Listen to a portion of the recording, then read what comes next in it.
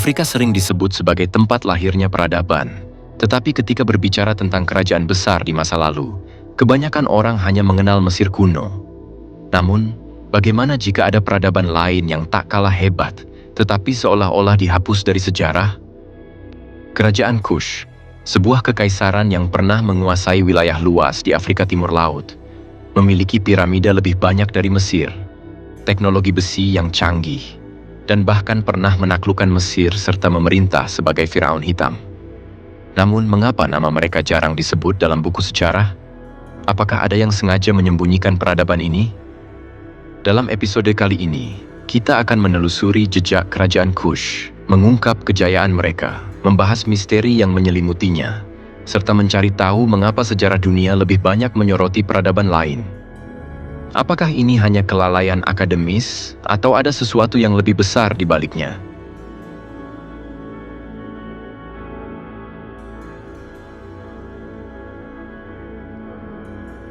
Kerajaan Kush berada di wilayah yang kini dikenal sebagai Sudan dan berkembang di sepanjang Sungai Nil, selatan Mesir.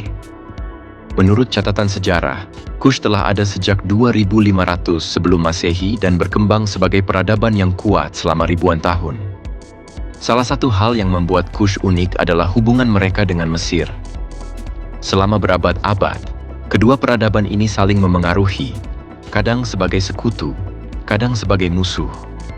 Bangsa Kush mengadopsi banyak budaya Mesir, mulai dari arsitektur hingga agama, tetapi mereka juga memiliki identitas mereka sendiri. Yang menarik, Mesir kuno sering menggambarkan orang Kush sebagai orang berkulit hitam dengan postur tegap, memakai perhiasan emas, dan sering membawa barang-barang berharga. Hal ini menunjukkan bahwa Kush adalah bangsa kaya dengan ekonomi yang kuat. Namun, ada teori yang menyebutkan bahwa kerajaan Kush bukan hanya sekadar kerajaan tetangga Mesir, tetapi bisa jadi merupakan peradaban Afrika yang lebih tua dan justru berperan dalam membangun peradaban Mesir itu sendiri. Beberapa ahli berpendapat bahwa karena Sungai Nil mengalir dari selatan ke utara, maka migrasi awal peradaban besar kemungkinan berasal dari selatan, bukan sebaliknya. Ini berarti ada kemungkinan bahwa budaya dan teknologi Mesir sebenarnya memiliki akar yang lebih dalam di tanah Kush. Yang menjadi pertanyaan besar adalah, mengapa teori ini jarang dibahas dalam sejarah arus utama? Apakah ada upaya untuk mempertahankan narasi bahwa peradaban maju hanya berkembang di Mesir, bukan dari bagian Afrika lainnya? Ataukah ini hanya karena kurangnya bukti yang mendukung hipotesis tersebut?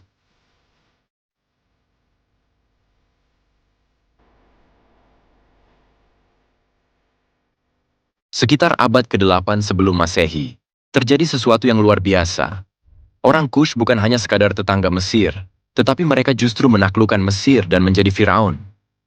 Dinasti ke-25 Mesir diperintah oleh para raja dari Kush, yang sering disebut sebagai Firaun Hitam. Salah satu yang paling terkenal adalah Piye, Raja Kush yang menaklukkan Mesir dan menyatukan kembali negeri itu setelah bertahun-tahun terpecah belah.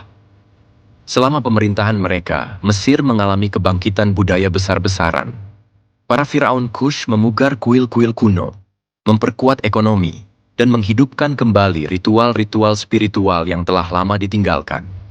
Namun, meskipun membawa kemajuan, mereka akhirnya dikalahkan oleh bangsa Asyur dan terpaksa mundur kembali ke Kush. Yang menarik, hingga hari ini, banyak orang tidak mengetahui bahwa orang Afrika dari Kush pernah menguasai Mesir. Apakah ini hanya kebetulan, atau memang ada upaya untuk menghapus fakta ini dari sejarah dunia?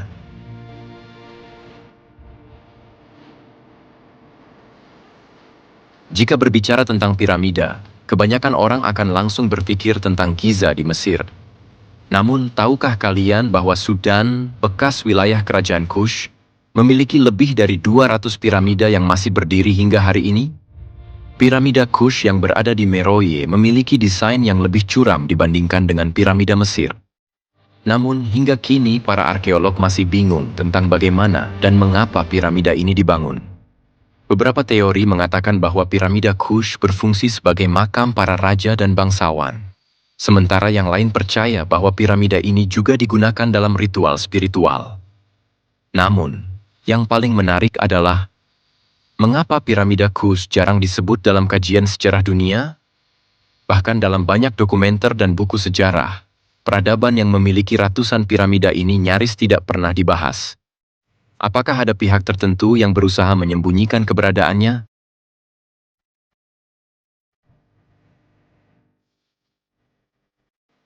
Setiap peradaban besar pada akhirnya mengalami kejatuhan. Begitu pula dengan kerajaan Kush. Setelah berabad-abad berjaya, Kush perlahan melemah dan akhirnya runtuh sekitar abad keempat Masehi. Pertanyaannya adalah, apa penyebab utama kehancuran mereka? Beberapa teori menyebutkan bahwa faktor utama kejatuhan Kush adalah perubahan iklim yang drastis. Sungai Nil adalah sumber kehidupan mereka, tetapi perubahan lingkungan menyebabkan tanah menjadi kurang subur, mengurangi hasil panen, dan melemahkan ekonomi kerajaan. Kekeringan berkepanjangan bisa saja memicu krisis sosial yang mengakibatkan perpecahan internal. Namun, ada juga teori lain yang lebih kontroversial. Sejumlah sejarawan berpendapat bahwa Kekaisaran Romawi dan Kerajaan Aksum dari Ethiopia memainkan peran besar dalam menghancurkan Kush.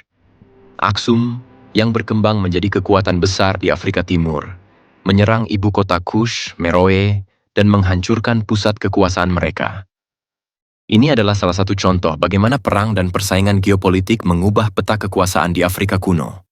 Yang menarik, beberapa hipotesis lebih radikal menyatakan bahwa runtuhnya Kush bukan hanya akibat serangan dari luar atau bencana alam, tetapi juga akibat rekayasa politik dan ekonomi global pada masa itu.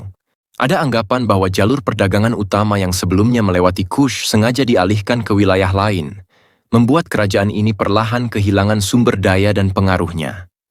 Sampai hari ini, pertanyaan tentang kejatuhan Kush masih menjadi perdebatan di kalangan akademisi.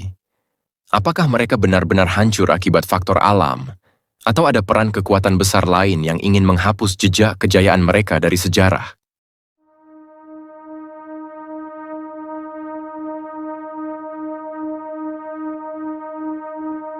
Sejumlah teori menyebutkan bahwa sejarah Kush sengaja diabaikan oleh dunia barat.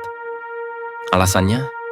Bisa jadi karena keberadaan mereka bertentangan dengan narasi bahwa peradaban tinggi hanya berkembang di Mesir, Yunani, dan Romawi.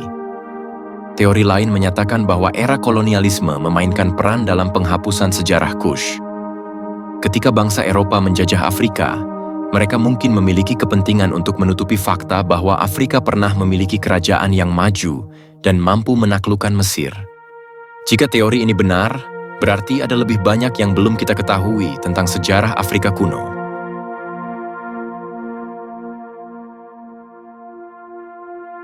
Kerajaan Kush adalah salah satu peradaban terbesar di Afrika.